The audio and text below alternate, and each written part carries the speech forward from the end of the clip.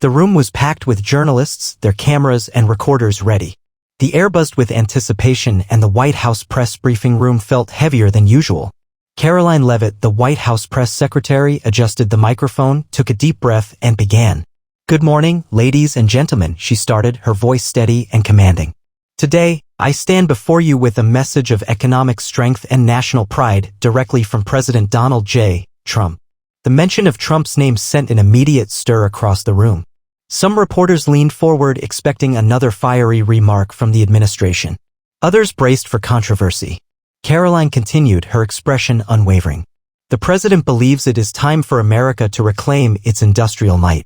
As such, he is urging all U.S. citizens to prioritize purchasing made-in-America products over foreign-made goods, particularly those imported from China." A murmur swept through the room.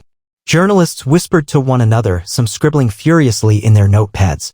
Karoline knew this was just the beginning. The real storm was about to hit. One reporter shot up his hand. "Ms. Leavitt, are you suggesting a ban on Chinese products?" Karoline shook her head. "No bans, no restrictions, just a patriotic choice. America has always been the land of opportunity. Our industries, our workers, and our families deserve the first right to our nation's economic success." Another journalist, a veteran from the New York Times, spoke up. "Is this a response to recent tensions between the U.S. and China?" Karoline remained diplomatic. "This is about the future of the American economy. The president believes that relying on foreign manufacturing has weakened our job market and our supply chains. We must reinvest in America." The questions kept coming, and Karoline handled them with her signature poise. The briefing ended with a strong final note.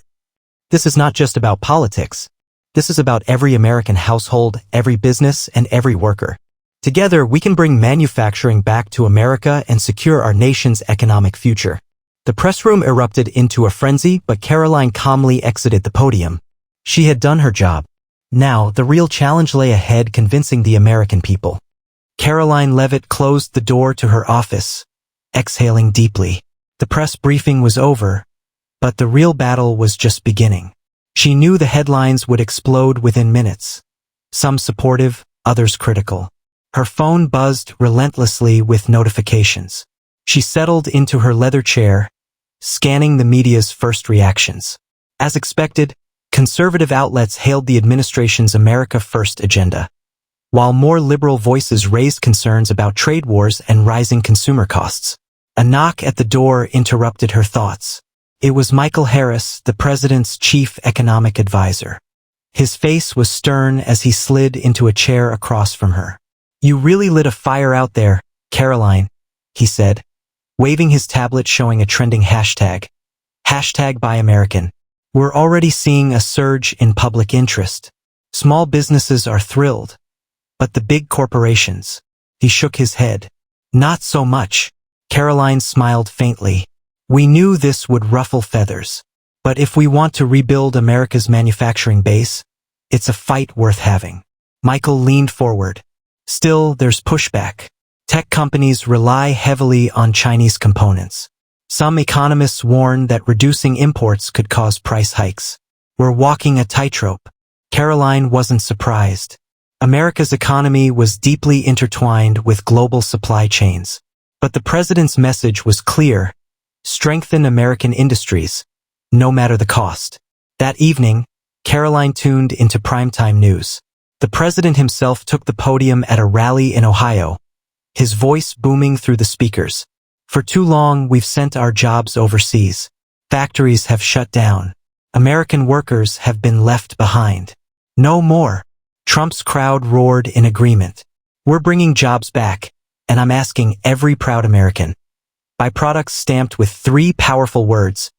Made in America." The message spread like wildfire. Social media flooded with stories of local artisans, factory workers, and small business owners. Patriotism surged, but so did tension. A newscaster's voice cut through the noise. While the White House urges Americans to prioritize domestic products, major retailers warn of potential disruptions. Critics argue that this policy risks a trade conflict with China, while supporters say it's a long overdue boost to the nation's workforce. The following week, Karoline met with representatives from key American industries. The roundtable buzzed with urgency. "Madam Secretary," said James Miller, CEO of a Detroit-based auto manufacturer, we support this initiative. We've been trying to compete with cheap imports for years. If Americans choose our cars, we can expand and hire more workers. Yet not everyone shared his optimism. Karoline Leavitt closed the door to her office, exhaling deeply. The press briefing was over, but the real battle was just beginning. She knew the headlines would explode within minutes. Some supportive, others critical. Her phone buzzed relentlessly with notifications. She settled into her leather chair, scanning the media's first reactions. As expected, conservative outlets hailed the administration's America First agenda, while more liberal voices raised concerns about trade wars and rising consumer costs.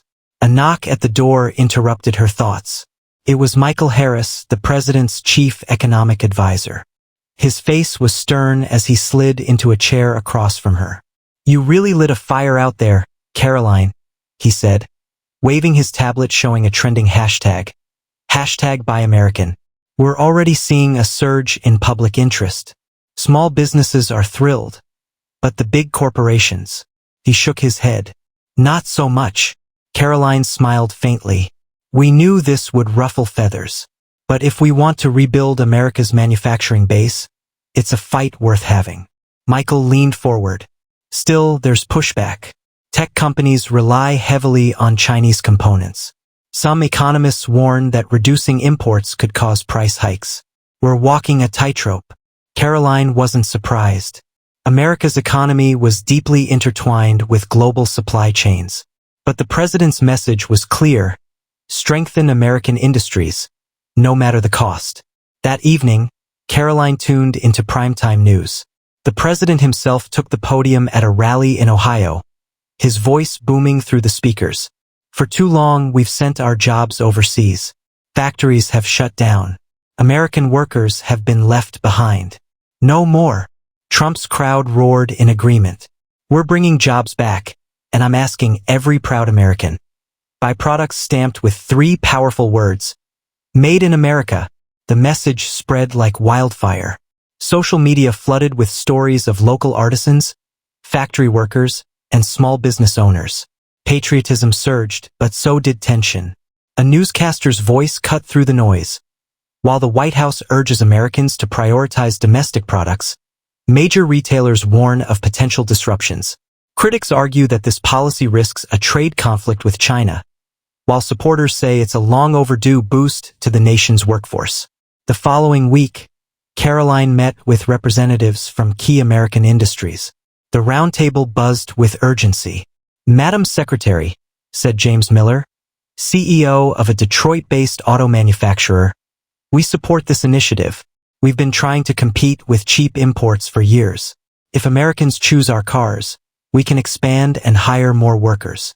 Yet not everyone shared his optimism. As the cameras went live, the moderator wasted no time. "Ms. Leavitt, Senator Whitaker, let's get to the heart of the issue. Will urging Americans to buy American hurt or help the economy?" Karoline spoke first. "When we prioritize American products, we invest in American workers. This is about jobs, national security, and economic independence. The president believes that supporting domestic industries is the best way to build a stronger future." Senator Whitaker smirked. "That sounds good on paper," he said. "But it's not that simple. Families struggling to make ends meet can't afford to pay higher prices. And what about global trade relationships? This policy risks alienating our allies and provoking retaliation from China." Karoline stayed composed. "With respect, Senator, there's a bigger picture. Every time we choose American-made products, we're strengthening our communities. We're not shutting the world out. We're simply ensuring that our workers aren't left behind." The debate raged on, but Karoline's message remained clear. This was a call to action, not just for corporations, but for every American citizen. As the lights dimmed and the cameras faded to black, Karoline felt the weight of her words. The battle lines had been drawn, and the nation was watching. Back at the White House, as the moon hung high over Washington, D.C., she knew that this fight was far from over. But if anyone could carry the torch, it was her. Because for Karoline Leavitt, Made in America wasn't just a policy. It was a promise. The next morning, Karoline Leavitt woke to a storm brewing. Not outside the White House, but across America. Overnight, #BuyAmerican and #BoycottChina had surged to the top of social media trends. While many Americans voiced their support for the administration's push to prioritize domestic goods, the opposition was growing louder. A stack of newspapers sat on her desk, their headlines flashing like warning signs. Economists warn of rising costs amid Buy American push. Corporate giants push back against Trump's America First policy. Karoline Leavitt under fire. Is patriotism bad for business? Karoline sighed, massaging her temples. She knew this battle wasn't just about slogans. It was about livelihoods, global diplomacy, and the American way of life. A sharp knock at the door broke her thoughts. Michael Harris entered, his usual calm replaced by urgency. "We've got a problem," he said, handing her a briefing document. Beijing just announced tariffs on American agricultural products in response to the president's speech. Karoline scanned the report, her heart sinking. China's retaliation was swift and strategic, targeting farmers in key swing states. It was a clear warning. Push too hard, and they would push back. "The president won't back down," she said firmly. Michael nodded. "No, but the pressure's mounting. The farming industry's already on edge. We need to get ahead of this." That afternoon, Karoline joined a special meeting with President Trump and senior advisors. The tension in the Oval Office was thick. "These tariffs are a punch to our farmers," said Secretary of Agriculture Alan Reed. "If they lose access to the Chinese market, it could cripple rural America." Trump's face hardened. "I'm not letting China hold us hostage. We'll protect our farmers, we'll expand domestic markets." "Karoline, how's the public reaction?" Karoline chose her words carefully. "The base is with us. Small businesses are energized. But the backlash is real. Consumers are worried about rising prices and multinational corporations are lobbying hard against us." The president's eyes narrowed. "Let them lobby. We're fighting for American workers, not corporate profits." Karoline knew he meant it. But even with the president's resolve, the road ahead was treacherous. In the days that followed, the administration rolled out a multi-billion-dollar relief package for farmers affected by the tariffs. At a rally in Iowa, Trump reassured the crowd. "We're not leaving our farmers behind. This country was built by your hard work, and you'll always have a friend in the White House." The crowd erupted in cheers, but Karoline knew that words alone wouldn't calm the storm. Behind the scenes, corporate America was mobilizing against the Buy American push. Several Fortune 500 CEOs held closed-door meetings with lawmakers warning that supply chain disruptions could lead to job losses. Even Wall Street grew jittery as tensions with China escalated. One evening, Karoline received a call from an unexpected figure, Tom Andrews, a longtime Democratic strategist known for his fierce criticism of the Trump administration. "I'll keep it short," Tom said, his voice sharp. "You're playing with fire, Karoline. These trade tensions could blow up the economy. Why push this now?" Karoline didn't flinch. "Because it's the right thing to do. We can't let short-term profits dictate America's future. If that means taking a hard line, so be it." Tom chuckled bitterly. "Patriotism makes a great slogan, but when grocery bills rise and jobs are lost, who takes the blame? We're investing in American jobs," Karoline shot back. "And the American people deserve better than cheap imports at the cost of their future." When she hung up, she felt the weight of her words. This fight wasn't just political, it was personal. As the lights of Washington, D.C. twinkled outside her office window, Karoline knew one thing for certain: she wouldn't back down. Because if America didn't stand up for itself, who would? A month after Karoline Leavitt's bold call to Buy American, the battle lines had hardened. Across the nation, Americans were making choices, not just with their voices, but with their wallets. In small towns and major cities, patriotic advertisements flooded the airwaves. Support American workers, Buy American became more than a slogan. It became a movement. Yet, in the boardrooms of corporate giants, the backlash swelled as profit margins tightened under new trade policies. Karoline knew the stakes were rising. One misstep could send the economy spiraling or deliver the lasting change the administration had promised. The president, undeterred by critics, announced a nationwide Made in America tour.